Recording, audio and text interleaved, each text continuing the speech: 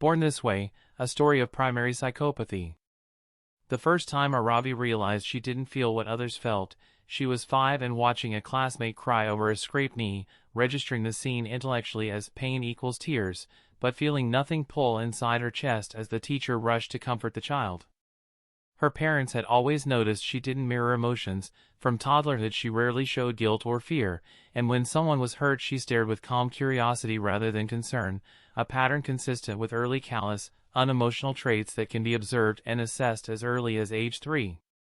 They searched for answers in the late 90s and early 2000s, bouncing between labels like ADHD, OCD, even autism, because what they saw, impulsivity, rule-breaking without remorse, and flat affect, blurred diagnostic lines that science still struggles to clearly separate in youth. What made it more confusing was how often the ADHD-like restlessness overlapped with her cool detachment. She paced to music, picked at paint, chewed pens, and sought just right sensations, a cocktail of impulsivity and sensation-seeking that research links to ADHD comorbidity within externalizing spectrums that can correlate with higher psychopathy scores. In school, consequences never sparked insight. Punishments felt like obstacles to maneuver around rather than signals to reflect, and by second grade she had mastered quick lies, strategic apologies, and the art of redirecting blame, behaviors that align with the interpersonal style of psychopathy characterized by superficial charm, deceitfulness, and low guilt. Lying came as easily as breathing, not because she feared rejection or longed for approval, but because language was a lever, and the right story, delivered with the right tone, moved people where she needed them to go, which echoes descriptions of glibness and calculated impression management seen in female psychopathy profiles. When teachers praised her composure under pressure, she filed that reward away. When classmates grew emotional, she mimicked comfort with practiced softness, discovering that imitated empathy opened doors even if the feeling itself never arrived, a learned mask often described in first-person accounts of high-functioning psychopathy. Adolescents sharpened her strategy, and she noticed something else.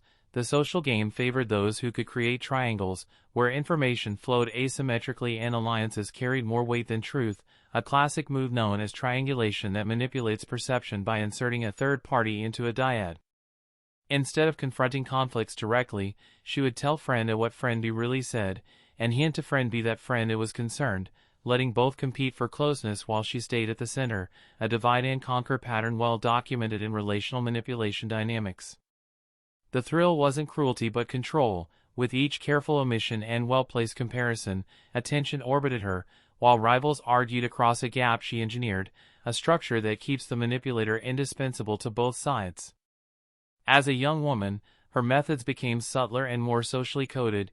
She learned that charm, sexuality, and curated vulnerability could yield influence without overt aggression, matching research that female psychopathy often employs indirect aggression, seduction, and relational leverage rather than physical violence.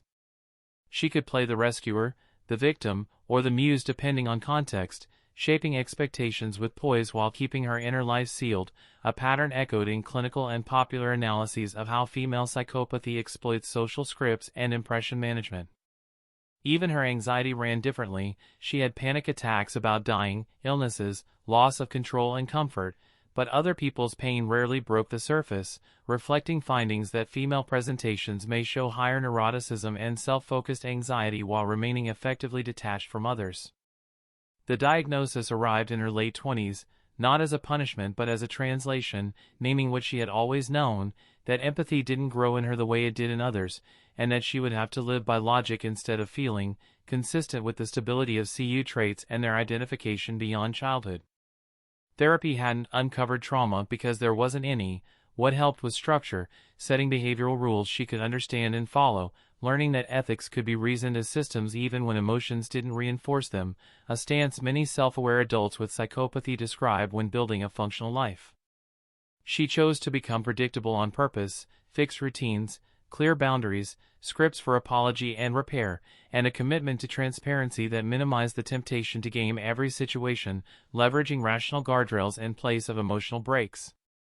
Looking back, She understood how her parents' warmth and consistent expectations had protected her from drifting into chaos. Even if love didn't create empathy, research on early CU traits suggests that structured parenting and warmth can still shape behavior and outcomes even when affective deficits persist.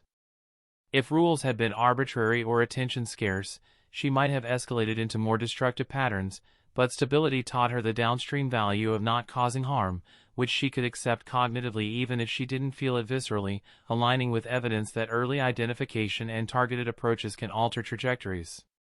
She began to narrate her choices like equations: if X harms others and leads to Y consequences, don't do X, not out of compassion, but coherence, a reasoning style that allowed her to approximate prosocial behavior reliably. In relationships, she stopped triangulating by policy. When tempted to recruit a third person, she forced direct dialogue or stayed silent, knowing that triangles were quicker but always corrosive, a safeguard drawn from a clear understanding of how triangulation breeds distrust and control.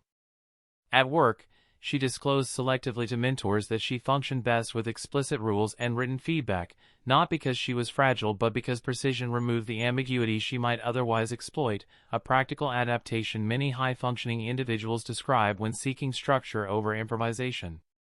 And in private, when anxiety roared, she treated it as a body alarm rather than a moral message, grounding herself in routines and letting the panic pass without attaching it to stories about other people, which kept her choices aligned with her rational code. If there was sadness, it came as an abstract truth, the knowledge that she could respect love without feeling it, admire goodness without craving it, and that her best offering to those who cared for her would always be consistent action rather than shared emotion, a theme echoed in first-person accounts that separate behavior from felt empathy. But meaning, she learned, didn't require emotion to exist. It could be built from design, habits that protect others, commitments that outlast moods, and promises kept because a chosen identity demands them, which is how some psychopathic individuals craft stable, ethical lives.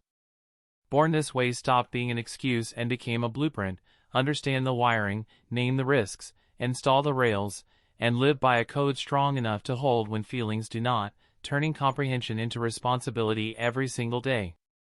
If you are a parent seeing these traits in a child, know that early structure and warm consistency can change outcomes even when empathy does not emerge, and that CU traits recognized and addressed early are more malleable than most people realize, especially when caregivers balance firmness with predictable care. If you are someone like Aravi, understand that self-awareness is not a cure but a compass, and that a life built on rational ethics can be not only possible but honorable, even when emotions do not lead the way, as many self-aware adults have described in their own accounts. And if you are neither, but simply someone listening with an open mind, hold this: psychopathy is a variation, not a monolith, and while it can be dangerous without rails, it can also be managed with design, turning a feared label into a lived framework of disciplined choice.